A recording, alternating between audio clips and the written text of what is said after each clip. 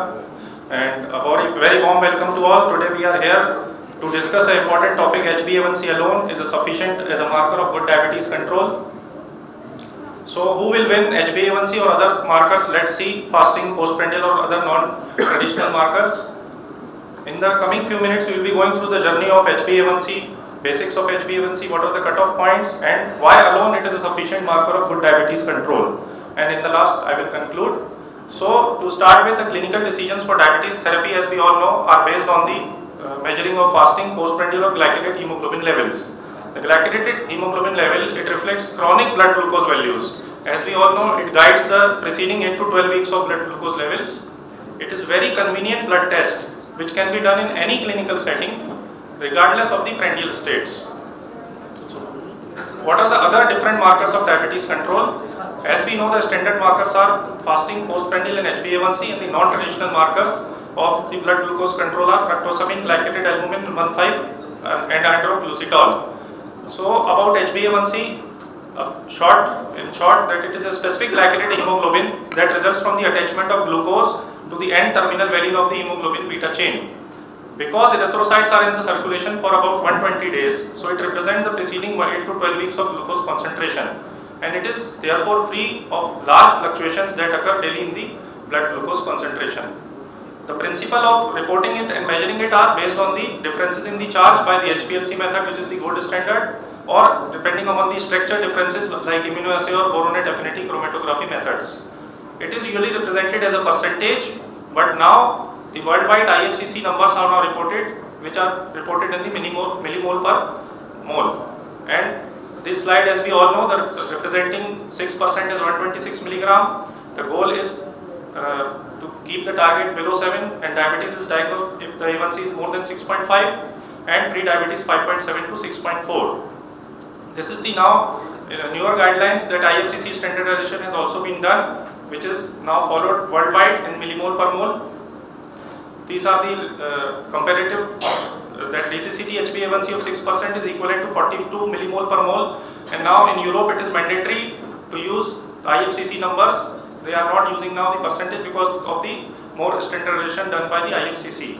So as we all know that European Association for Diabetes, Study of Diabetes, IDF, EDA and World Health Organization, they have set a cutoff point of more than 6.5 for diagnosis of diabetes, and for screening and diagnosis of diabetes, a review literature in 2007 concluded that A1c is as effective a screen as fasting plasma glucose for detection of type 2 diabetes, and a consensus came to at least of 6.5%, and now ADA has recommended or included it as a diagnostic criteria.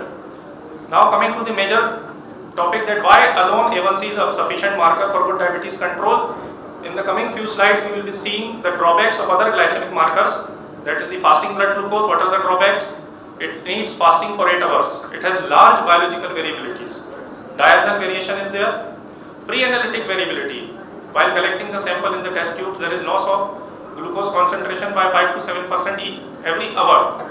So at what time the bloods are tested, the results are coming fallacious. The concentration varies with the source of sample also, like venous, capillary or arterial blood. Many stressful conditions or acute illness, they alter the result. If the patient is going for exercise one day before or in the early morning, the results will be different. So it reflects the glucose level as a single point, only a snapshot, not the previous days. What are the drawbacks of OGTT?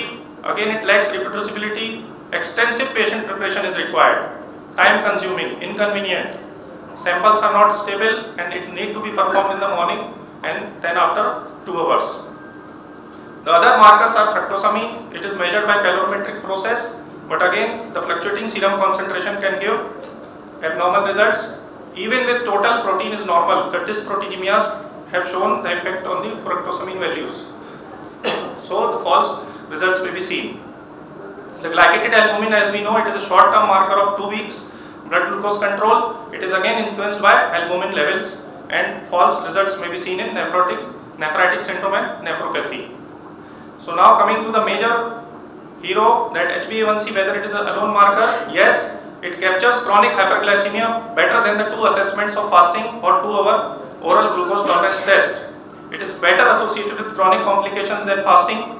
it is not needed for A1C assessment, fasting is not needed, and no acute stressful conditions perturbate the results, that is stress, diet or exercise. It has greater pre-analytic stability than the plasma glucose. Biological variability of A1C is less than the fasting and postprandial. It is only 3.6% versus 5.7 to 16.7%. Fasting and 2-hour OGTT, they get just a moment of the single day. But A1C measures the assessment of hundreds of fasting glucose levels and also captures postprandial glucose peaks.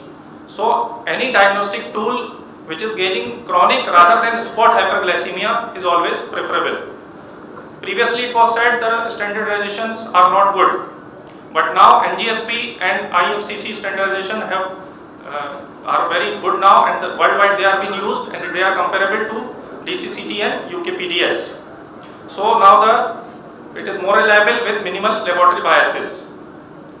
The diabetes control and complication trial DCCT, it has shown 1% reduction of A1C has led to microvascular complication reduction by 30% or more, and action is needed when patient is coming to us with 8% and the goal should be 7% and less. So ADA criteria establish diabetic glycemic levels by the means of their association with retinopathy. We can see that once the A1C is going above 6.5%, the retinopathy incidence or prevalence goes increasing, as we can see in this graph. At the A1C of 6.1 to 6.5, the mild to moderate retinopathy goes on increasing. So they have set a cutoff point of 6.5 for diagnosis. Again, it is a better marker for cardiovascular disease than fasting plasma glucose. In ERIC study, HbA1c was at least as predictive as fasting plasma glucose for CV disease. And there was no mention of 2-hour postprandial glucose. Another data from 11,140 patients, they have shown vascular complication and death were strongly associated with glycemic exposure. And the risk of macrovascular events and death were only lower down when the A1C was 7. And in the recent studies, the very strict control have shown negative results with increased mortality. EPIC-Norfolk study, again, both all-cause mortality and cardiovascular deaths were significantly higher among those with A1C in the higher range. And all the guidelines now mention HbA1c as a marker for good diabetes control. ADA, NICE, IDF, they have shown that it is a good marker for glucose control. So the goals, in short, less than 7 worldwide, as we all know. Strict control 6.5 if the patient has short history and no risk of hypoglycemia. Less stringent control of 8% or less if the patient is having severe risk of hypoglycemia, long history of diabetes, major cardiovascular risks are there, or advanced disease is there. To summarize, why HbA1c is a marker? It is chronic hyperglycemia is captured by A1c but not by fasting plasma glucose. Even when repeated twice, microangiopathic complications are associated with A1c as strongly as with fasting plasma glucose. It is better related to CVD than fasting plasma glucose. Fasting is not needed for its assessment. No acute perturbations like stress, exercise or diet and smoking can affect A1c. A1c is a greater pre-analytic stability than blood plasma glucose, and thus I conclude that HbA1c alone is a sufficient marker of good diabetes control. Thanks.